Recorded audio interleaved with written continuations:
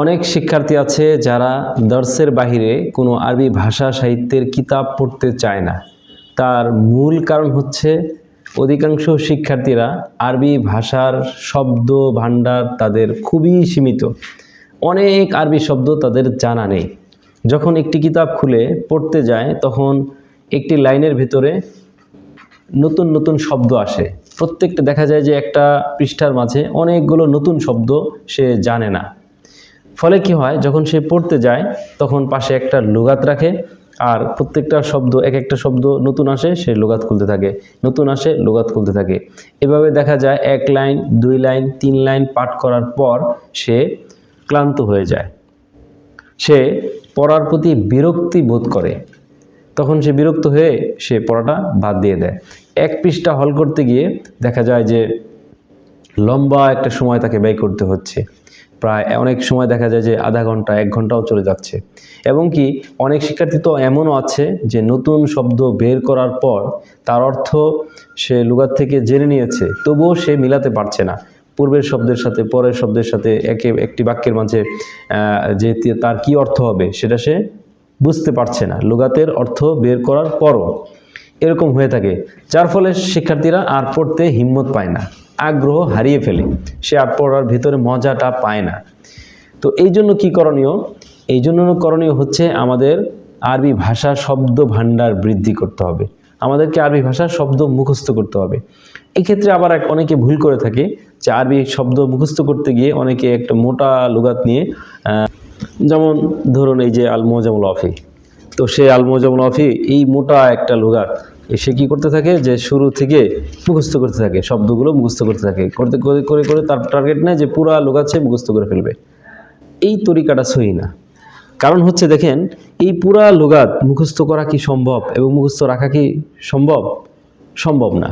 এটা অত্যন্ত জটিল এবং অনেক বড় একটা কঠিন, অনেক দুঃসাধ্য বিষয়। পুরা লুগাত মুখস্থ করা জরুরি না এবং মুখস্থ করা এটা সম্ভবও না এবং মনেও থাকবে না। আপনি যদি মুখস্থ করতে থাকেন করতে পারবেন, পুরাটা হয়তো মুখস্থ করা শেষ হবে, কিন্তু একদিক দিয়ে মুখস্থ করবেন আর একদিক দিয়ে ভুলে যাবেন। এখানে অনেক শব্দ আছে, বিশাল বড় লুগাত। তো এখানে এতগুলো শব্দ আপনি মুখস্থ রাখতে পারবেন না এবং সেটা সম্ভবও না এবং প্রয়োজনও নেই। সেক্ষেত্রে করণীয় কি? করণীয় হচ্ছে যে প্রাথমিক অবস্থায় তো আপনাকে প্রচুর পরিমাণ বিষয়ভিত্তিক শব্দভাণ্ডার মুখস্থ করে ফেলতে হবে, একদম ঠোঁটস্থ করতে হবে। সেক্ষেত্রে লুগাত পুরাটা মুখস্থ করতে হবে জরুরি না, বরং বিষয়ভিত্তিক বিভিন্ন আরবি শব্দ ভাণ্ডারের বই আছে। যেমন আমার দুরুসুল লুগাতিল আরাবিয়ার ভিতরে শেষে আল মুফরাদাতুল আরাবিয়ার একটা অংশ আছে, সেখানে অনেকগুলো বিষয়ভিত্তিক আরবি শব্দমালা যুক্ত আছে, সেগুলো থেকে আপনি মুখস্থ করতে পারেন। তো এভাবে আরবি শব্দগুলো তো প্রাথমিক অবস্থায় মুখস্থ করতে হবে। এরপর যেটা করতে হবে সেটা হচ্ছে যে যখন আপনি কিতাব পড়ছেন, কিতাব পড়ার সময় যখন আপনি লুগাত থেকে এই যে শব্দ শিখছেন লিখছেন, তখন এইগুলোকে বারবার ইয়াদ করা, মুখস্থ করা এবং গল্পটাকে বারবার পড়া। তাহলে কি হবে, যে শব্দগুলো আপনি বের করেছেন, খাতায় লিখেছেন, সেটাকে বারবার পড়ছেন, আবার গল্প বারবার পড়ছেন। তাহলে এইভাবে পড়তে পড়তে পড়তে পড়তে একসময় আপনার ভেতরে এই শব্দগুলো মুখস্থ হয়ে যাবে। এই শব্দের সাথে আপনার ঘনিষ্ঠতা তৈরি হবে, অনেক ভালো সম্পর্ক তৈরি হবে এবং আপনি ভালো বুঝবেন। শব্দ মুখস্থ থাকবে এবং আপনি এগিয়ে যেতে থাকবেন। আর যখন আপনি আরবি ভাষা সাহিত্যের কিতাব পড়া শুরু করবেন, সেক্ষেত্রে আপনি প্রথম দিক থেকেই লুগাত খোলা শুরু করবেন না, বরং কি করবেন যে প্রথমত আপনি এই কিতাব পড়তে বসবেন, প্রথমত 1 পৃষ্ঠা আপনি এমনিতেই পড়বেন, বুঝেন আর না বুঝেন কোন শব্দের অর্থ, সাথে সাথে লুগাত খুলবেন না, বরং ওই যে শব্দের অর্থ জানছেন না তার নিচে একটি দাগ দিয়ে দিন, পেন্সিল দিয়ে দাগ দিয়ে রাখুন এবং এই শব্দের কি অর্থ হতে পারে আগে পরের সাথে মিলিয়ে একটা ভাবানুবাদ, একটা আনুমানিক একটা অর্থ দাঁড় করান এবং পুরো পৃষ্ঠাটা পড়ে ফেলেন।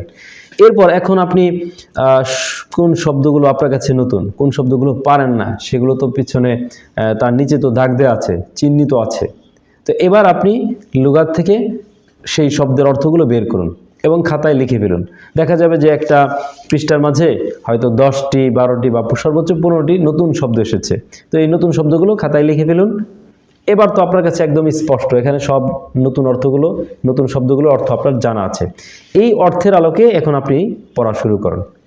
দ্বিতীয় পর্যায়ে আপনি যখন আবার পড়া শুরু করবেন, তখন কিন্তু আপনার কাছে সব কিছু স্পষ্ট হতে থাকবে এবং সহজ মনে হবে।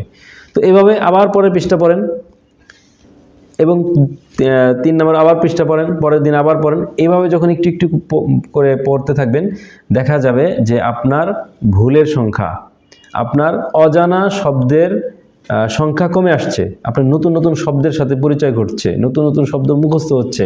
তখন দেখা যাবে যে এক পর্যায়ে লুগাত খুব কম খুলতে হবে। দেখা যাবে যে এক পৃষ্ঠার ভিতরে হয়তো 3-4টি শব্দ আসবে, নতুন শব্দ।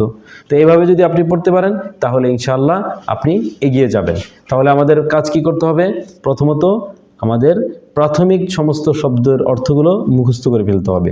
দ্বিতীয় পর্যায়ে কাজ হচ্ছে যে প্রথমত পড়া এবং কঠিন শব্দের নিচে দাগ দিয়ে চিহ্নিত করে রাখা। তৃতীয় পর্যায়ে সেই শব্দগুলো লুগাত থেকে একসাথে বের করে খাতায় লিখে ফেলা এবং ওই অর্থের আলোকে কিতাবটা পড়া। তাহলে এইভাবে যদি আপনি পড়তে পারেন ইনশাআল্লাহ কিতাবের সাথে আপনার ভালো ঘনিষ্ঠতা তৈরি হবে এবং আপনি কিতাব বুঝতে পারবেন, পড়ার ভিতরে একটা মজা আসবে এবং এইভাবে আপনি অনেক কিতাব পড়তে সক্ষম হবেন ইনশাআল্লাহ।